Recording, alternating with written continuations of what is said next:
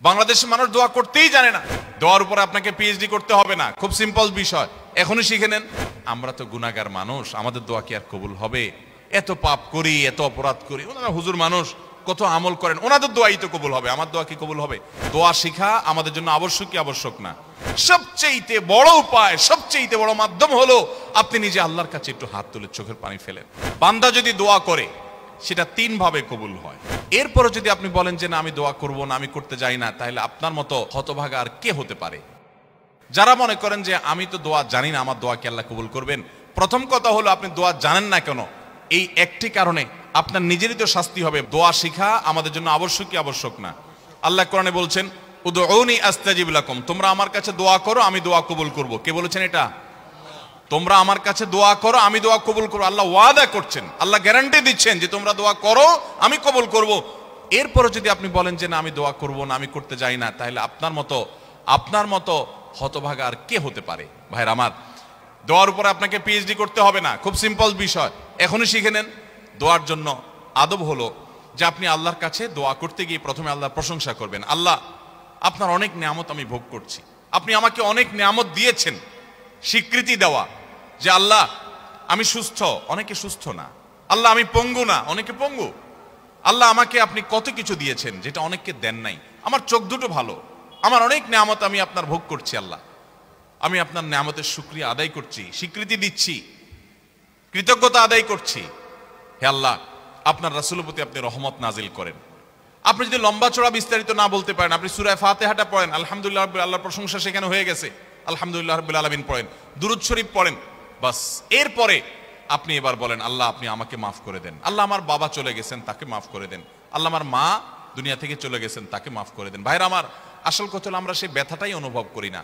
বাংলাদেশের মানুষ দোয়া করতেই জানে না, আর আমরাও এক শ্রেণী হুজুর আছি আপনাদেরকে দোয়া শিখাই না। অনেক আলেম ওলামা আছেন যারা আলহামদুলিল্লাহ মানুষকে দোয়া শিখান, তাসবিহ শিখান, কিন্তু দুঃখজনক যে আমরা অনেকে আবার আছি যে আমাদের মুসল্লিদেরকে আমরা দোয়া শিখাতে পারি নাই। এটা আমাদের অপারগতা, আমরা স্বীকার করছি। আপনাদের শেখানো উচিত, আর আপনাদেরও শেখা উচিত। কতকাল আপনি হুজুর দিকে চায় থাকবেন? বাংলাদেশে মানুষকে দেখা যায় ঘর উদ্বোধন করবে, হুজুর লাগবে। গাড়ি কিনছে, নতুন ট্রাক, দোয়া করতে হুজুর লাগবে। ছেলের খাতনা করাইছে, হুজুর লাগবে। বাপ মারা গেছে, হুজুর লাগবে। প্রতিটা কাজে হুজুর। বাংলাদেশে মানুষ দোয়া করতে জানে। মসজিদে নামাজের পরে সম্মিলিত মোনাজাত যেসব মসজিদে চালু আছে তারা করে, বেশিরভাগ মসজিদে চালু আছে বাংলাদেশ। আপনারা দেখবেন যে কোনো ব্যক্তি হয়তো নামাজের পরে জিকির আজকার তাসবিহ যেগুলো মাসনুন ওজিফা আছে সেগুলো করতেছে, এদিকে ইমাম সব হাত তুলছে। তো কেউ যদি ওই টাইমে একটু জিকির আজকার করে তো আশপাশ থেকে দেখবে মানুষ এভাবে গুতা মারে। তার মানে ওই যে রেডিমেড দোয়ার বাইরে দোয়া আমাদের দেশে মানুষ করতে জানে। ভাইরা আমার, খুব আফসোসের সাথে কথাগুলো বলা। আমরা দোয়া করা শিখবো তো ইনশাআল্লাহ। দোয়া না করার জন্য ইবলিস আমাদেরকে একটা যুক্তি দিছে, সেই যুক্তিটা শুনেন। সেই যুক্তিটা হলো, প্রথমটা তো এটা যে আমরা দোয়া করতে জানি না, তো আমি শিখাই দিলাম দোয়া করবেন কেমনে। সূরা ফাতিহা পড়বেন, দুরূদ শরীফ পড়বেন, দোয়া শুরু করবেন, বাস। বাংলা আল্লাহ প্রশংসা করে দুরূদ শরীফ নবীর জন্য করে পাঠ করে এরপর তো আল্লাহর কাছে মনের চাওয়াগুলো পেশ করবেন। নবী করিম সাল্লাল্লাহু আলাইহি সাল্লাম বলেছেন, হারাম কোনো কাজের এবং আত্মীয়তার বন্ধন ছিন্ন করার জন্য যদি কেউ দোয়া না করে, বান্দার দোয়া কবুল হবেই হবে যদি সে সঠিকভাবে দোয়া করে, অন্তর থেকে দোয়া করে। কারণ গাফেল অন্তর দোয়া আল্লাহ তাআলা কবুল করেন না। আপনার মায়ের পেঁয়াজ দরকার নাই, আপনি কোনো কথা বলতে জানেন না, ভাই যে বোবা, তারও তো মনের চাওয়া আছে, আছে না নাই? তো আল্লাহ তাআলা তার মনের চাওয়া বুঝেন না? আল্লাহ রাব্বুল আলামিন সবকিছু টের পান। অতএব আপনি অনেক সাজানো গোছানো কথা বলতে পারছেন না, কোনো দরকার নাই। আপনি যা পারেন তা বলেন, কিছু বলতে পারছেন না, শুধু চোখের পানি বলেন এবং মনের আকুতিগুলো মনে মনে বলেন। আল্লাহ তাআলা সেটা পর্যন্ত শুনতে পান। দোয়া করবো তো ইনশাআল্লাহ। দোয়া না করার জন্য ইবলিস আমাদেরকে দ্বিতীয় যে জিনিসটা শিখায় সেটা কি জানেন? বলে যে আমরা তো গুনাহগার মানুষ, আমাদের দোয়া কি আর কবুল হবে? এত পাপ করি, এত অপরাধ করি। ওনারা হুজুর মানুষ, কত আমল করেন, ওনাদের দোয়াই তো কবুল হবে, আমার দোয়া কি কবুল হবে? এটা হলো ইবলিসের সবচেয়ে বড় শয়তানি, যে আমরা গুনাহগার মানুষ, আমাদের দোয়া কি কবুল হবে?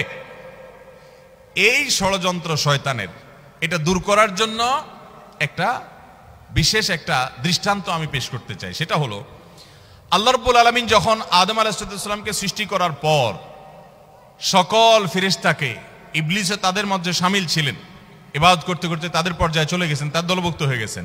সে সহ সবাইকে যখন আল্লাহ রাব্বুল আলামিন সিজদা করতে নির্দেশ করলেন, সবাই সেজদা করলো, ইবলিস সেজদা করলো না। কেন সেজদা করলো না? আবা ওয়াস্তাকবারা ওয়া কানা মিনাল কাফিরিন, সে অস্বীকার করছে। আল্লাহর সামনে সরাসরি আল্লাহর নির্দেশকে অস্বীকার করা, ডিনাই করা, এটা তো বিদ্রোহ করার শামিল। এটা সাধারণ কুফরি না, এটা বিদ্রোহ। আপনি আপনার আব্বার একটা কথা শুনলেন না, এটা তার অগোচরে শুনলেন না, এটা একটা জিনিস।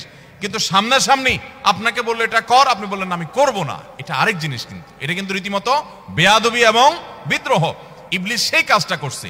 বোঝার চেষ্টা করেন, এইরকম জঘন্য অপরাধ যে আল্লাহ রাব্বুল আলামিনের সামনে সরাসরি বিদ্রোহ করা, সরাসরি বেয়াদবি করা। কার সামনে বেয়াদবি? কোন প্রধানমন্ত্রী প্রেসিডেন্টের সামনে না, যাদের সামনে বেয়াদবি করলে কল্লা উড়ে যাবে। স্বয়ং সৃষ্টিকর্তার সামনে বেয়াদবি। প্রধানমন্ত্রী এবং প্রেসিডেন্ট তো পরের কথা, দুনিয়ার সকল প্রধানমন্ত্রী প্রেসিডেন্টের বানানেওয়ালা রব, তার সামনে বেয়াদবি করছে কে? ইবলিস। বোঝার চেষ্টা করেন, পরিস্থিতিটা বোঝার চেষ্টা করেন। ওই টাইমে আল্লাহ রাব্বুল আলামিনের রাগান্বিত হওয়ার কথা কি কথা না? আল্লাহর নাফরমানি যত মানুষ, যত সৃষ্টি যতভাবে করুক, ইবলিসের চাইতে এইরকম বেয়াদবি নাফরমানি আল্লাহ সৃষ্টি জগতে কেউ করেও নাই, কিয়ামত পর্যন্ত কেউ করবেও না। এইরকম নাফরমানি করেছে, আবা ওয়াস্তাকবার, অহমিকা করেছে, দম্ভ করেছে আল্লাহর সামনে দম্ভ। ভাইরা আমার, সিচুয়েশনটা বুঝলেন তো যে পরিস্থিতি কি? মজার বিষয় হলো এইরকম আল্লাহর রাগের সময় পর্যন্ত ইবলিস কিন্তু আল্লাহকে খুব ভালো করে চিনতো, কারণ কাছাকাছি থেকে ফেরেশতাদের মধ্যে বাদবন্দি করছে। আল্লাহর রহমত যে তার গোসার উপরে গালেব থাকে, সাবাকাত রহমতি আলা গাদাবি, অর্থাৎ হাদিসে কুদসিতে আছে আল্লাহ তাআলা বলেছেন যে আমার রাগ এবং ক্রোধের উপরে আমার রহমতটা বিজয়ী হয়েছে। ইবলিস সেটা জানতো। এইজন্য ওই রাগের সময় বেয়াদবি করেছে, ওই সময়টাতে হুট করে ইবলিস একটা দোয়া করে বসলো আল্লাহর সামনে। খেয়াল করে কি দোয়া করছে? রব্বি ফানজিরনি ইলা ইয়াউমি ইউবআসুন, আল্লাহ আমাকে আপনি সুযোগ দেন। আল্লাহ যখন বললেন ফাখরুজ মিনহা ফাইন্নাকা রাজিম, যাও বের হও জান্নাত থেকে, তুমি বিতাড়িত, তোমাকে তাড়িয়ে দেওয়া হলো। ওই টাইমে আল্লাহ তাআলা রাগ হয়ে বের করে দিয়েছেন। ভয়ে তো এই টাইমে আল্লাহর কাছে কিছু বলার কথা না, কিন্তু ইবলিস ওই টাইমে আল্লাহর কাছে দোয়া করে বসছে। কি দোয়া? আল্লাহ আমাকে কিয়ামত পর্যন্ত কি দেন? হায়াত দেন, আর শয়তানি করার সুযোগটা দেন। যে আদমের কারণে আমার জান্নাত থেকে বের হতে হলো, এ আদমের সন্তানদের প্রত্যেকটা মানুষকে আমি পথহারা করে ছাড়বো। এই জন্য একটা জিনিস খেয়াল করেন, নামাজ পড়তে আরাম লাগে না কষ্ট লাগে? তাহলে তো সব ফেরেশতা, এরা কিসের ওয়াজ টোয়াজ করবো? আর দরকার আছে এখানে কোনো? এগুলো সব সাক্ষাৎ ফেরেশতা। আমার তো কষ্ট হয়, ফজর নামাজে উঠতে কষ্ট হয় না আপনাদের? আপনাদের তো আরাম লাগে বলতেছেন। শরীরটা একটু মেজমেজ করে না? অলস অলস ভাব আসে না? আপনার তো আসে না, মাশাআল্লাহ। সাক্ষাৎ বুজুর্গ সব। আচ্ছা ভাই, আমাদের ভালো কাজ করতে কষ্ট লাগে, আচ্ছা খারাপ কাজ করতে কষ্ট লাগে? জেনার দিকে মানুষের মন আকৃষ্ট হয় কি হয় না? হারাম উপার্জনের দিকে মন টানে কি টানে না? 2 নম্বর কাজ দিকে মন টানে কি টানে না? কিন্তু ভালো কোনো কাজ দিকে তো মন টানে না। কাহিনী কি? এখানে কেউ একজন কাজ করছে পেছনে, নেপথ্যের মহা শত্রু আছে যে পেছন থেকে কাজ করছে, তার নাম কি? ইবলিস। এবং এ বিষয়ে আমি কথা বললে কয়েক ঘন্টা কথা বলতে হবে। ইবলিস কিভাবে ইবলিসই করে। কোরআনে আপনারা একটা জিনিস লক্ষ্য করবেন, যেখানে শয়তানের আলোচনা আসছে সেখানে আল্লাহ তাআলা একটা শব্দ ব্যবহার করেছেন, আদু ও মুবিন। শয়তান তোমাদের শত্রু। কিরকম শত্রু? প্রকাশ্য শত্রু। শয়তান দেখছেন কোনোদিন আপনারা? আল্লাহ বলছেন প্রকাশ্য শত্রু। এক জায়গায় না, যেখানেই শয়তানরে বলছেন শত্রু, সেখানে আল্লাহ বলছেন প্রকাশ্য শত্রু। গোপন শত্রু বলেন না আল্লাহ তাআলা। কাহিনী কি? এই জন্য বললাম যে শয়তান নিয়ে কথা বলতে কয়েক ঘন্টা বলতে হবে। শয়তান নিয়ে আমার একটা আলোচনা করার পরিকল্পনা আছে, রেডি করে রেখেছি, কোন এক জায়গায় আমি বলবো। আজকে সেটা নিয়ে আলোচনা ইস্যু না, মূল ইস্যুতে আবার ফিরে আসি। শয়তান যখন আল্লাহ তাআলার এরকম রাগের সময়, ফাখরুজ মিনহা উখরুজ মিনহা ফাইন্নাকা রাজিম, বের হও জান্নাত থেকে, তোমাকে তাড়িয়ে দেওয়া হলো। রাগের মুহূর্তে আল্লাহ বাইর করে দিলেন। আমাদেরকে কি এরকম রাগের মুহূর্তে বের করে দিলে আমরা আবার তার কাছে কিছু চাইতে যাবো? যে এখন তো থাপ্পড় খাবো কিছু চাইলে, চাওয়ার সময় হলো রাগের মুহূর্ত। ইবলিস ওই টাইমে আল্লাহর কাছে বলছে, আল্লাহ শয়তানি করতে চাই। এই মানুষ যাদের কারণে আমার জান্নাত থেকে বের হতে হলো, লা আকউদান্না লাহুম সিরাতাকাল মুস্তাকিম, আল্লাহ আপনার সিরাতে মুস্তাকিমের প্রতিটি মোড়ে মোড়ে আমি বসবো। লা আকউদান্না আরবি গ্রামারের ছাত্ররা বলতে পারবেন, লামে তাকিদ নুনে তাকিদ সাকিলা, অবশ্যই অবশ্যই আমি আপনার পথে আসার জন্য যে সিরাতে মুস্তাকিম, ওইটার ওই সিরাতুল মুস্তাকিমের রাস্তায় আমি বসবো, বসে আমি তাদেরকে গোমরাহ করব। গোমরাহ যে করবে সেখানেও বলেছে লাউগফিয়ান্নাহুম আজমাইন, আমি আপনার এই আদম সন্তান প্রত্যেকটাকে পথহারা করে ছাড়বো। ওই যে নামাজ পড়তে তার ভালো লাগবে না, খারাপটা করাবো তারে দিয়া, মন্দটা করাবো। ইবলিস সে ইবলিসই করবে, আল্লাহর কাছ থেকে এই সমস্ত পারমিশন চাচ্ছে। আপনি বুঝেন, রাগের মুহূর্তে তাও আবার ইবলিসই করার পারমিশন চাচ্ছে, যেহেতু দোয়া করছে আল্লাহর কাছে, প্রার্থনা করছে। আল্লাহ তাআলা বলেছেন ইন্নাকা মিনাল মুনজারিন, যাও তোমাকে তোমার কাঙ্ক্ষিত প্রার্থিত বিষয় মঞ্জুর করে দেয়া হলো। একটু বোঝার চেষ্টা করেন, ইবলিস যদি ইবলিস হয়ে আল্লাহর রাগের মুহূর্তে দোয়া করে পায়, তাহলে আপনি আমি কি ইবলিসের চেয়ে খারাপ হওয়ার কোনো সুযোগ আছে? তাহলে আমাদের যদি মনে হয় যে না আমরা তো গুনাহগার মানুষ, আমাদের দোয়া কি কবুল হবে, তাহলে বুঝতে হবে এটা ইবলিস আমাদেরকে দোয়া থেকে বঞ্চিত রাখার জন্য নেক্সট সুরতে ধোঁকা দিচ্ছে। মনে হচ্ছে আমরা বিনয়ী হচ্ছি, তাই না? যে আমি নিজেকে ছোট মনে করছি, আরে আমি গুনাহগার, আমার কি দোয়া কবুল হবে? এটা নেক্সট সুরতে দোয়া, ধোঁকা। আপনার দোয়া কবুল হবে না কে বলেছে? আল্লাহ ওয়াদা করছেন উদউনি, তোমরা আমার কাছে দোয়া করো, আস্তাজিব লাকুম, আমি দোয়া কবুল করব। আর ইবলিস আপনাকে বলছে না না তুমি গুনাহগার মানুষ, নামাজের ঠিক নাই, রোজার ঠিক নাই, তোমার দোয়া আল্লাহ কবুল করবে? এই জন্য আমাদের দ্বারা দোয়া করা হয় না। ভাইরা আমার, ইবলিসই আমরা শুনবো না। দোয়ার মাধ্যমে বান্দা লাভবান হয়, লাভবান হয়, লাভবান হয়। বান্দা যদি দোয়া করে সেটা তিন ভাবে কবুল হয়। কয় ভাবে কবুল হয়? তিন ভাবে। দোয়া যদি শর্ত পূরণ করে আপনি করতে পারেন, মিস হবে না। হালাল উপার্জনকারী দোয়া কবুল হয়, হারাম দিয়া দেহ গঠন হলে দোয়া কবুল হয় না। দোয়া কবুলের মূল শর্তই সেটা। এরপর দোয়া কবুলের শর্ত হলো যে সালাত সালাম পেশ করবেন নবী করিম সাল্লাল্লাহু আলাইহি ওয়াসাল্লামের প্রতি, আল্লাহর প্রশংসা নিবেদন করবেন। এর মাধ্যমে দোয়া করলে দোয়া কবুল হবে। ভাইরা আমার, আপনি যদি দোয়া করেন, নাম্বার এক, যা চাইছেন আল্লাহ তা আপনাকে দিবেন। এটা হলো দোয়া কবুলের একটা পদ্ধতি। চাইছেন একটা, আল্লাহ দিয়েছেন আরেকটা, সেটাও দোয়া কবুলের পদ্ধতি। আপনি মনে করতেছেন যে আমার এই মুহূর্তে পানি হইলে মনে হয় লাভ হবে, আল্লাহ তাআলা আপনাকে হয়তো পানি না দিয়ে আরেকটা দিয়েছেন যেটা আপনার এর চেয়ে বেশি ইম্পর্টেন্ট, আপনি নিজে জানেনও না সেটা। তো দোয়াটা সেভাবেও কবুল হয় যে আমি যা চাইছি তা হয় নাই, কিন্তু অন্য কিছু হয়েছে যা আমি চাই নাই। এটা দোয়ার মাধ্যমে হয়। তৃতীয়ত, বান্দার দোয়া কখনো কখনো আল্লাহ দুনিয়াতে কিছুই দেন না দোয়ার বিনিময়। আল্লাহর কাছে চাইছে আল্লাহ এটা দেন, আল্লাহ দেয় নাই, কিন্তু আখিরাতে আল্লাহ তাআলা তার জন্য সওয়াব রেখে দিয়েছেন। কারণ দোয়া বান্দার বৃথা যায় না।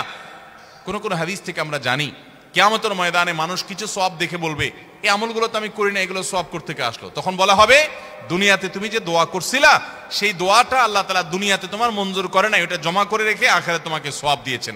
তখন সে বলবে ইস, আমার দুনিয়ার সব দোয়া যদি না মঞ্জুর হয়ে সবগুলোর বিনিময় যদি আখিরাতে অনন্তকালের জন্য পেয়ে যেতাম, কতই না ভালো হতো। দুনিয়ার জীবন তো সংক্ষিপ্ত ছিল, এখানে তো অনন্ত অসীমকাল ভোগ করব। অতএব দোয়া করবো তো ইনশাআল্লাহ। আমাদের মুর্দাদের জন্য আমাদের দোয়া করতে হবে, চোখের পানি ফেলতে হবে। ভাইরা আমার, বাবারা আমার, আমাদের দাদা দাদি, নানা নানি, তাদের বাপ দাদা, আমাদের নিজেদের আপন, আমাদের কাছের আত্মীয় স্বজন এবং আমাদের বাবা মা, আত্মীয় স্বজন সহ বন্ধু বান্ধব, পাড়া প্রতিবেশী, আরো যারা দুনিয়া থেকে চলে গেছেন, তাদেরকে আমরা যদি উপকার পৌঁছাতে চাই, আল্লাহর শপথ করে বলছি, সবচেয়ে বড় উপায়, সবচেয়ে বড় মাধ্যম হলো আপনি নিজে আল্লাহর কাছে একটু হাত তুলে চোখের পানি ফেলেন, নামাজ পড়ে 2 রাকাত, অথবা যখন আসেন, এমনকি বিনা ওযুতেও সম্ভব, আপনি ভোর রাতে নামাজের আগে পরে অবসর সময়ে, শুক্রবারে, বিশেষ করে আসরের পরে শুক্রবারে বা যে কোনো সময় আপনি 2 হাত তুলে, অথবা হাত তোলার সুযোগ নাই, আপনি হাঁটছেন। আমি কিন্তু আমল করি ভাই। আমার বাবা দুনিয়া থেকে চলে গেছেন, গভীর রাতে মাহফিল শেষ করে বাসায় যাই, হঠাৎ বাবার কথা মনে পড়ে, আর সাথে সাথে আল্লাহর সাথে কথা বলা শুরু করে দেয়। আল্লাহ, আমার আব্বাজান আজকে বেঁচে থাকলে কত আমল করার চেষ্টা করতেন, কোনোদিন দেখি নাই আমার আব্বাজান রহমতুল্লাহ আলাইকে জীবনে একটা দিনও দেখি নাই যে কোরআন তেলাওয়াত ছাড়া তার দিনটা কেটেছে, কোনোদিন দেখি নাই। কোরআন তেলাওয়াত কোনোদিন করতে পারেন নাই সারাদিন ব্যস্ততার কারণে, রাতে এসেছেন বাসায় অস্থির হয়ে গেছেন, আমার কোরআন তেলাওয়াতটা করতে হবে। আমল কখনো ছাড়েন নাই। আল্লাহ আজকে আর তিনি এগুলো কিছুই করতে পারছেন না, তার আমলের দুয়ার বন্ধ হয়ে গেছে চিরতরে। মালিক, সন্তান হিসেবে বাবার জন্য দোয়া করছি, আপনি তাকে মাফ করে দেন।